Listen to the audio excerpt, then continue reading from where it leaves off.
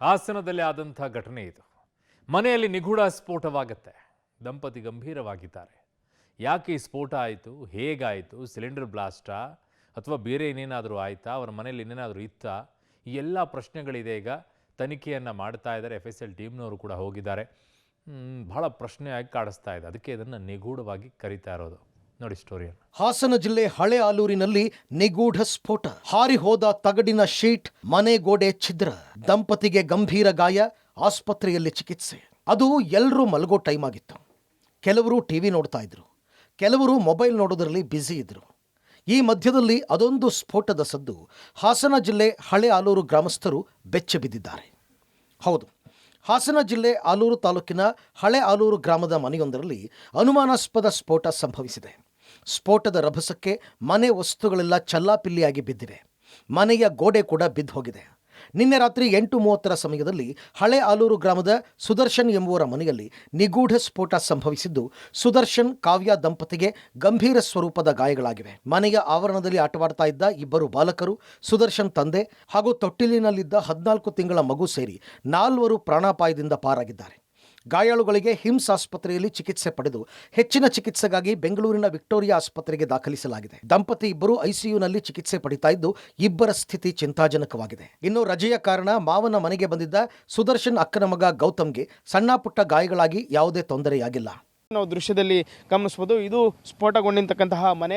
ಈ ಮನೆ ಏನಿದೆ ಆಲೂರಿನ ಹೊರಗಡೆ ಇರ್ತಕ್ಕಂಥ ಹಳೆ ಆಲೂರು ಗ್ರಾಮದಲ್ಲಿ ಇರ್ತಕ್ಕಂತಹ ಮನೆ. ಆದರೆ ಈ ಮನೆ ಏನು ಸುತ್ತಮುತ್ತದ ಮನೆಗಳಿಲ್ಲ, ಏನು ಅಕ್ಕಪಕ್ಕ ಜಮೀನುಗಳಿದೆ. ಈ ಮನೆಯಲ್ಲಿ ರಾತ್ರಿ ಸ್ಫೋಟಗೊಂಡಿತ್ತು. ಸ್ಫೋಟಗೊಂಡ ರಭಸಕ್ಕೆ ಮನೆಯಲ್ಲಿದ್ದಂತಹ ಸುದರ್ಶನ್ ಆಚಾರ್ ಹಾಗೂ ಕಾವ್ಯ ದಂಪತಿಗಳು ಗಂಭೀರ ಸ್ವರೂಪದ ಗಾಯಗಳಾಗಿದ್ದರು. ಅವರ ಕಾಲುಗಳು ಕೈಗಳು ಎಲ್ಲವೂ ಸಹ ತುಂಡಾಗಿ ಹೋಗಿದ್ದು. ಆ ರೀತಿಯ ಒಂದು ಸ್ಫೋಟ ಸಂಭವಿಸಿತು.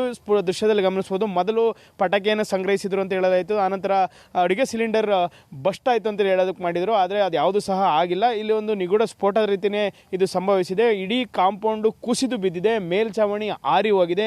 ಈ ಸ್ಫೋಟದ ರಭಸಕ್ಕೆ ಬಾಯ್ಲರ್ಗಳು ಕೂಡ ಸ್ಫೋಟಗೊಂಡಿದೆ.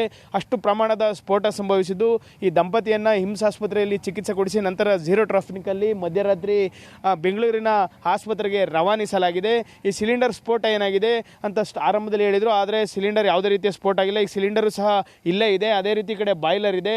ಇಲ್ಲಿ ಸ್ಥಳೀಯರಿಗೆ ಹೇಳ್ತಕ್ಕಂಥ ಮಾಹಿತಿ ಪ್ರಕಾರ ಇವರು ಕ್ವಾರಗಳಿಗೆ ಬ್ಲಾಸ್ಟ್ ಮಾಡಲಿಕ್ಕೆ ಬಣ್ಣಗಳನ್ನು ಏನು ಡಿಟೋನೇಟರ್ನ ಸಪ್ಲೈ ಮಾಡ್ತಿರುವಂಥ ಒಂದು ಪ್ರಾಥಮಿಕವಾಗಿ ಮಾಹಿತಿಯನ್ನು ನೀಡ್ತಾ ಇದ್ದಾರೆ. ಆದ್ದರಿಂದ ಅವು ಸಂಗ್ರಹಿಸಿದ್ದಂತೆ ಸ್ಫೋಟ ಆಗಿರ್ತಕ್ಕಂಥದ್ದು ಒಂದು ಮಾಹಿತಿಯನ್ನು ಹೇಳ್ತಾ ಇದ್ದಾರೆ. ಸ್ಫೋಟದ ತೀವ್ರತೆ ಹೇಗಿತ್ತು ಅಂದರೆ, ಮನೆಗೆ ಹಾಕಿದಂಥ ಶೀಟ್ ಏನಿದೆ ಅದು ಎತ್ತರವಾದ ಮರದ ಮೇಲೆ ಹೋಗಿ ಕುಳಿತಿದೆ. ಸುಮಾರು 30ರಿಂದ 40 ಅಡಿಗಳಷ್ಟು ಎತ್ತರಕ್ಕೆ ಹೋಗಿ ಮರದ ಮೇಲೆ ಆ ಶೀಟ್ ಕೊಟ್ಟಿದೆ. ಈ ಶೀಟನ್ನು ನೋಡಿದರೆ ನೀವು ಗಮನಿಸ್ಬೋದು ಸ್ಫೋಟದ ತೀವ್ರತೆ ಹೇಗೆ ಅಂತೇಳಿ. ಅಷ್ಟು ಪ್ರಮಾಣದ ಸ್ಫೋಟ ಆಗಿತ್ತು. ಇಲ್ಲಿ ಒಂದು ಸ್ಫೋಟ ಆಗುತ್ತೆ. ಸ್ಫೋಟ ಆಗಿ ಹೊಗೆ ಎಲ್ಲ ಆವರಿಸ್ಕೊಂಡಿರುತ್ತೆ. ರಸ್ತೆಯಲ್ಲಿ ಓಡಾಡ್ತಾ ಇದ್ದಂಥ ಸಂದರ್ಭದಲ್ಲಿ ಒಂದು ಮಗು ಮನೆಯಿಂದ ಆಚೆ ಬಂದು ಕಾಪಾಡಿ ಅಂತ ಕಿರ್ಚೋಂಥ ಸಂದರ್ಭದಲ್ಲಿ ಎಲ್ಲರೂ ಇಲ್ಲಿ ವಾಹನ ನಿಲ್ಲಿಸಿ ನೋಡಿದಾಗ ಮನೆಯ ಯಜಮಾನ ಏನಿದ್ದಾರೆ ಅವರು ರಕ್ತದ ಮಡುವಿನಲ್ಲಿ ಮನೆಯಿಂದ ಆಚೆ ಬರ್ತಾ ಇರ್ತಾರೆ. ಈ ಸಂದರ್ಭದಲ್ಲಿ ಏನಾಯಿತು ಅಂತ ಪ್ರಶ್ನೆ ಮಾಡಿದಾಗ ಈ ಥರ ಒಳಗಡೆ ಒಂದು ಸ್ಫೋಟ ಆಗಿದೆ, ಮನೇಲಿ ಇದ್ದವ್ರಿಗೆಲ್ಲ ಏಟಾಗಿದೆ ಅನ್ನೋ ಒಂದು ಮಾಹಿತಿ ಬರುತ್ತೆ. ಆಗ ಇಲ್ಲಿದ್ದಂಥವರೆಲ್ಲ ಆ್ಯಂಬುಲೆನ್ಸು, ಪೊಲೀಸು ಎಲ್ಲರಿಗೂ ಫೈರ್ ಇಂಜಿನ್ನು ಎಲ್ಲರಿಗೂ ಮಾಹಿತಿಯನ್ನು ನೀಡಿದಾಗ ಎಲ್ಲ ಬರ್ತಾರೆ. ಬಂದು ಏನು ರಕ್ತದ ಮಡುವಿನಲ್ಲಿದ್ದಂಥ ಒಂದು ಮಹಿಳೆ ಮತ್ತು ಮನೆ ಮಾಲೀಕ ಇಬ್ಬರನ್ನೂ ಕೂಡ ಹಾಸ್ಪಿಟ್ಲಿಗೆ ಸಾಗಿಸಲಾಗುತ್ತೆ. ಕೊನೆಗೊಂದು ಎಳೆ ಮಗು ಮತ್ತು ಅವ್ರ ಮನೆ ಮಗು ಎರಡಿರುತ್ತೆ. ಅವರನ್ನು ಕೂಡ ಹಾಸ್ಪಿಟ್ಲಿಗೆ ಒಂದು ಕಳಿಸುವಂಥ ವ್ಯವಸ್ಥೆ ಆಯಿತು. ಸ್ಫೋಟದ ರಭಸಕ್ಕೆ ಮನೆಯ ಕಾಂಪೌಂಡ್ ಕುಸಿದು ಬಿದ್ದಿದ್ರೆ ಮೇಲ್ಛಾವಣಿ ಹಾರಿ ಹೋಗಿದೆ. ಒಂದು ಶೀಟ್ 50 ಅಡಿ ಎತ್ತರಕ್ಕೆ ಹಾರಿ ಮರದ ಮೇಲೆ ಬಿದ್ದಿದೆ. ಘಟನಾ ಸ್ಥಳಕ್ಕೆ ಬಾಂಬ್ ನಿಷ್ಕ್ರಿಯ ದಳ, ಸೋಕೋ ತಂಡ, FSL ತಂಡ ಭೇಟಿ ನೀಡಿ ಪರಿಶೀಲನೆ ನಡೆಸಿ ಸಾಕ್ಷಿಗಳನ್ನು ಸಂಗ್ರಹಿಸಿದರು. ಮೇಲ್ನೋಟಕ್ಕೆ ಕಲ್ಲು ಕ್ವಾರಿ ಸ್ಫೋಟಿಸುವ ವಸ್ತುಗಳನ್ನು ತಯಾರಿಸ್ತಾ ಇದ್ರು ಎನ್ನಲಾಗಿದೆ. ಈ ಬಗ್ಗೆ ಪೊಲೀಸರು ತನಿಖೆ ತೀವ್ರಗೊಳಿಸಿದ್ದಾರೆ.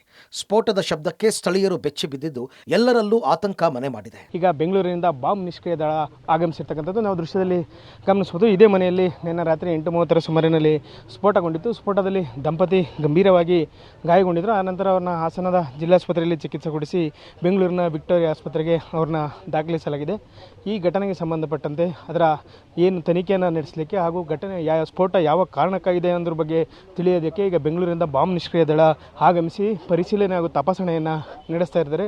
ಸ್ಥಳದಲ್ಲಿ ಕೆಲವು ವಸ್ತುಗಳು ಸಹ ಕಾಣ್ಬೋದು ನೀವು, ಸ್ಫೋಟದ ರೀತಿಯ ವಸ್ತುಗಳು ಇವೆ, ಅವೆಲ್ಲವನ್ನೂ ಸಹ ಈಗ ಪರಿಶೀಲನೆಯನ್ನು ನಡೆಸ್ತಾ ಇದ್ದಾರೆ. ಇದೇ ಸ್ಫೋಟದಿಂದಾಗಿ ಈ ಘಟನೆ ನಡೆದಿದೆ ಅನ್ನೋದ್ರ ಬಗ್ಗೆ ಕೆಲವೊಂದು ಮಾಹಿತಿಗಳು ಹಾಗೂ ಏನು ಸಾಕ್ಷ್ಯಗಳನ್ನು ಸಂಗ್ರಹಿಸ್ತಿದ್ರೆ. ಇದೇ ಸಂದರ್ಭದಲ್ಲಿ ಸೋಕೋ ಟೀಮ್ ಕೂಡ ಆಗಮಿಸಿದೆ. FSL ತಂಡವು ಕೂಡ ಒಳಗಡೆ ಪರಿಶೀಲನೆಯನ್ನು ನಡೆಸ್ತಾ ಇದೆ.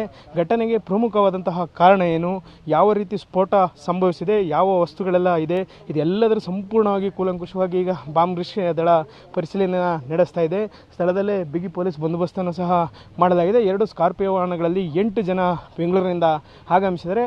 ಇದೇ ಸಂದರ್ಭದಲ್ಲಿ ಬಂದಿರತಕ್ಕಂಥ FSL ಇರ್ಬೋದು, ಸೋಕೋ ಟೀಮ್ ಇದೆ, ಅವರು ಸಹ ಮನೆ ಒಳಗೆ ಏನು ಮನೆ ಛಿದ್ರಗೊಂಡಿತ್ತು, ಅಲ್ಲಿ ಯಾವುದರ ಸ್ಫೋಟಕ ವಸ್ತುಗಳಿದೆಯೇ, ಡೆಟೋನೇಟರ್, ಜಿಲೆಟಿನ್ ಅಥವಾ ಸಿಡಿಮದ್ದು ಸ್ಫೋಟಕ ವಸ್ತುಗಳು ಯಾವುದಾದ್ರೂ ಅನ್ನೋದ್ರ ಬಗ್ಗೆ ಈಗ ಎಲ್ಲರೂ ಸಹ ಪರಿಶೀಲನೆಯನ್ನು ನಡೆಸಿ ಏನು ಸಾಕ್ಷ್ಯವನ್ನು ಸಂಗ್ರಹವನ್ನು ಮಾಡ್ತಾ ಇದ್ದಾರೆ. ಆದರೆ ಇದು ಸ್ಫೋಟ ಏನಿಂದ ಆಗಿದೆ ಅಂತ ನಮಗೆ ಇನ್ನೂ ಸ್ಪಷ್ಟವಾಗಿ ನಾವಿನ್ನೂ ತನಿಖೆಯನ್ನು ಮುಂದುವರಿಸ್ತಾ ಇದ್ದೀವಿ. ಈ ನಿಟ್ಟಿನಲ್ಲಿ ನಾವು ಈಗಾಗಲೇ ಫಾರೆನ್ಸಿಕ್ಸ್ ಟೀಮ್, ಏನು ರೀಜನಲ್ ಫಾರೆನ್ಸಿಕ್ಸ್ ಟೀಮ್ ಅಂತ ಹೇಳ್ತೀವಿ, ಅವ್ರು ಈಗಾಗಲೇ ಬಂದು ತನಿಖೆಯನ್ನು ಮಾಡ್ತಾ ಇದ್ದಾರೆ.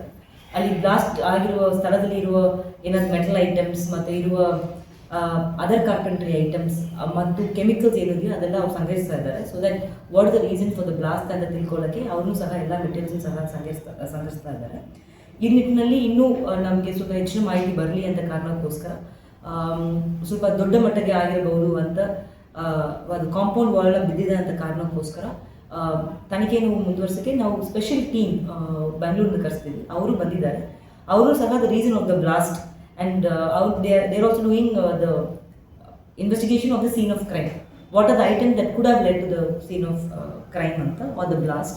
ಈ ಸಂಬಂಧಪಟ್ಟಂಗೆ ಅವರು ಕೊಟ್ಟಿರೋ ಮಾಹಿತಿ ಪ್ರಕಾರ ಮತ್ತು MLC ಪ್ರಕಾರ ಸಿಲಿಂಡರ್ ಬ್ಲಾಸ್ಟ್ ಅಂತ ಅವರು ಕೊಟ್ಟಿದ್ದಾರೆ. ಅದನ್ನು ಸಹ ನಾವು ತನಿಖೆ ಮಾಡ್ತೀವಿ. ಒಟ್ಟಿನಲ್ಲಿ ನಿನ್ನೆ ರಾತ್ರಿ ನಡೆದ ಸ್ಫೋಟದಿಂದ ದಂಪತಿ ಜೀವನ್ಮರಣದ ನಡುವೆ ಹೋರಾಟ ನಡೆಸ್ತಾ ಇದ್ರೆ ಪುಟ್ಟ ಕಂದಮ್ಮನನ್ನ ತಾತ ಮಹೇಶಾಚಾರ್ ಆರೈಕೆ ಮಾಡ್ತಾ ಇದ್ದಾರೆ.